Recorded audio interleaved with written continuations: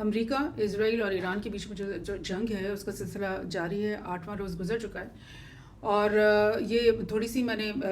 Videos اکٹھی کی ہیں کہ اسرائیل میں کیا ہو رہا ہے، کس نوعیت کی تباہی وہاں پہ چل رہی ہے. اور اس کو تھوڑا سا دیکھتے ہیں، بیکاز اسرائیل اپنے آپ کو ایک بہت بڑی پاورفل نیشن سمجھتا، اور بے شمار جنگی ان کے پاس آلات، جنگی ویپنز اور ایئر کرافٹس اور ہیلی کاپٹرز، کیا کیا یعنی فوجی تیاری جو کہ اسرائیل کے پاس موجود نہیں تھی، وہ سب کچھ ہونے کے باوجود وہ اس حالت کنڈیشن میں، سچویشن میں کہ وہ اپنے آپ کو آج ڈیفینڈ نہیں کر پا رہا. اور ایران کی طرف سے جو بے دریغ بامبنگ کا سلسلہ شروع ہو رکھا ہے، اس کی وجہ سے بہت سارے سٹیز، جو اسرائیل چھوٹا سا تو اسرائیل ہے، اور اس کے اندر جتنے بھی سٹیز ہیں وہ سب ایران کے جو میزائلس ہیں ان کی ٹارگٹ میں ہیں. اور ایک ایک جو میزائل گرتا ہے اس سے کئی کئی گھر، کئی کئی بلڈنگس جو ہے نا وہ تباہی کا شکار ہوتی ہیں. اور جو ان کی بامبنگ کا سلسلہ ہے وہ میں آپ کو اور بھی ویڈیوز ساتھ ساتھ دکھاتی جاؤں کہ یہ جو سلسلہ ان کے کا بامبنگ کا ہے، یہ آپ کو بیت القدس کی بلڈنگ دکھائی دے رہی ہے، اور یہ جروزلم کا وہ حصہ جہاں پہ یہودیوں کا قبضہ ہے، آکیوپائڈ ہے، وہاں پہ ان کی سیٹلمنٹس ہیں، ان کی مساجد ہیں اور دوسری چیزیں. یہاں پر بے دریغ بامبنگ کا سلسلہ شروع ہے. اور یہ بامبنگ کس طرح سے ایران کر رہا ہے، یہ ویوز کی صورت میں کر رہا ہے، لہروں کی صورت میں کر رہا ہے. اور ہر جو ویو ہے، جیسے کہ ویو نمبر 5، 10، 15 تک چلے گئے ہیں اب یہ لوگ، تو ہر ویو کے اندر ایک بیراج آف ایک سیلوو آف میزائلز آتا ہے، جس میں 10 یا 50 یا 100 میزائلز جو ہے نا وہ اکٹھے داغے جاتے ہیں، اور وہ مختلف جو شہری علاقے ہیں ان سب میں وہ جاتے ہیں. اور لیکن ان میں سے بہت سارے ایسے ہیں جو کہ زیادہ تر جو کہ ٹارگیٹڈ ہوتے ہیں، جو اسرائیلی جو حکومتی آفیسرز ہیں ان کو تباہ کرنے کے لیے، یا موساد کے آفیسرز کو، یا ملٹری کے جو آفیسرز ہیں اور ملٹری کے جو انسٹالیشنز ہیں ان کے اوپر یہ حملہ کیا جا رہا ہے ایران کی طرف سے. ایک اور ویڈیو میں آپ کو دکھا رہی ہوں کہ کس طرح سے اسرائیل کا جو آسمان ہے ایکچولی وہ ساری رات بھرا رہتا ہے اس طرح کے آگ کے گولوں سے، اور یہ گولے ان کے اوپر گرتے ہیں، نازل ہوتے ہیں، اور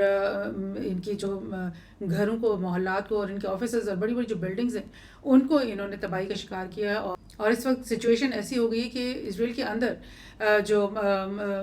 عوام ہے وہ دوبارہ سے نئے سرے سے پروٹیسٹ انہوں نے کرنے شروع کر دیے ہیں نیتن یاہو کی گورنمنٹ کے خلاف. جو کہ آپ کو میں ریمائنڈ کروا دوں کہ جو 2-2.5 سال غزہ اور اسرائیل کی وار چلتی رہی ہے، اس میں مستقل ہر ہفتے آلموسٹ جو نا ہر سنڈے کے دن پروٹیسٹ ہوتے تھے، اور نیتن یاہو کے آفس کی ارد گرد یہ لوگ ہزاروں کی تعداد میں جمع ہوتے تھے اور پروٹیسٹ اور بینرز لے کر، اور وہ کہتے تھے کہ یہ جنگ ختم کرو اور پیس ٹاکس کرو اور معاہدے کرو. اور اب یہ 7-8 دن گزرنے کے بعد دوبارہ سے یہ سلسلہ شروع ہو گیا ہے کہ یہ فورس کرنا چاہ رہے ہیں نیتن یاہو اور اس کی کیبنٹ اور اس کی جو بھی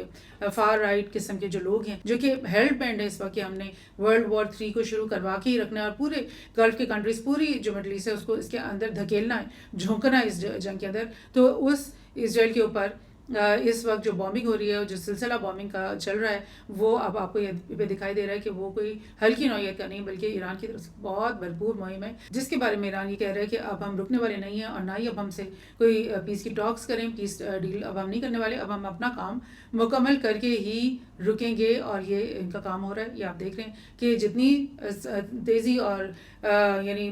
شدت کے ساتھ تہران اور مطلب ایران کے مختلف شہروں کے اوپر تباہی ہو رہی ہے، جتنے بامبس گر رہے ہیں اس سے بھی زیادہ شدت کے ساتھ یہ لوگ اسرائیل کے اوپر اور گلف اسٹیٹس کے اندر، مڈل ایسٹ میں ان کے اوپر ایران کی طرف سے بھرپور حملے اس وقت چل رہے ہیں. ایک اور انٹرسٹنگ کلپ دکھائی دی مجھے ٹویٹر پہ، جس میں دکھایا جا رہا ہے کہ جو اسرائیلی فوجیوں کس طرح سے رو رہے ہیں. اور آج تک ہم نے ایسی کلپ نہیں دیکھی کہ جس میں حماس کی جو فائٹرز ہیں، ایون دو کہ ان کے گھروں سے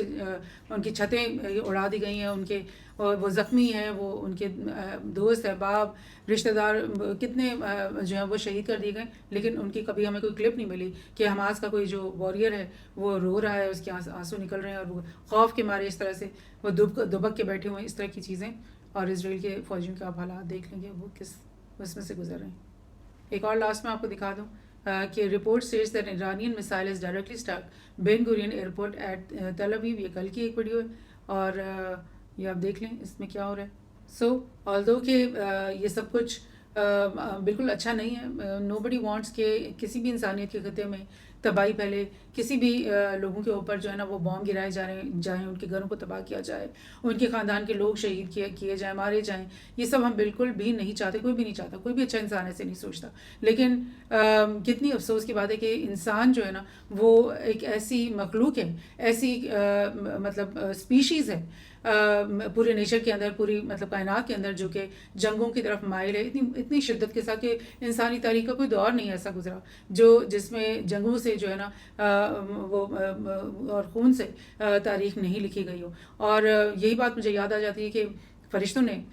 روز اول جو ہے نا کہا تھا اللہ تعالیٰ سے کہ اس کو کیوں بھیج رہے ہو دنیا میں خلیفہ بنا کر جو کہ فساد برپا کرے گا اور خون بہائے گا. تو اللہ تعالیٰ نے کہا کہ میں زیادہ جانتا ہوں تم لوگوں سے. تو یہ ایک گیم کا ایک حصہ ہے، یہ لوگ کریں گے، اپنی اس چیز سے باز نہیں آئیں گے، بیکاز ان کی جو ہے نا وہ حیت میں لکھ دیا گیا ہے کہ ظلم کرنا ہے اور تباہی پھیرنی ہے اور لوگوں کو مطلب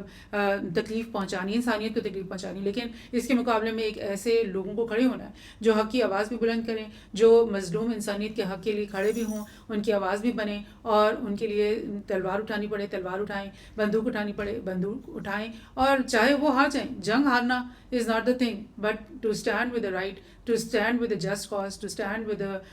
oppressed people, that is the real thing. Thank you.